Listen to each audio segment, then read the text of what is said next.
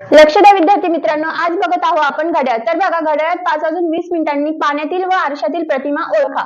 तर बघा, दिलेली वेळ ही आरशात ओळखण्यासाठी आपण 11:60 घेणार आणि पाण्यात ओळखण्यासाठी 18:30।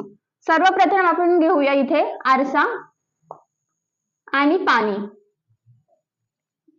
आरशातली प्रतिमा ओळखण्यासाठी 11:60, पाण्यातील ओळखण्यासाठी 18:30। तर बघा, दिलेली वेळ ही या दोघांतून आपण मायनस करूया 5:20, याला आपलं 6:40, 5:20 याला आपलं 13:10 म्हणजेच 1:10। तर बघा, घड्याळात 5:20 आरशातील प्रतिमा ही 6:40 आणि पाण्यातील प्रतिमा ही 1:10 दिसेल आपल्याला। धन्यवाद। व्हिडिओ बघण्यासाठी आमच्या channel Nashik career academy study चॅनलला लाईक, शेअर, सबस्क्राईब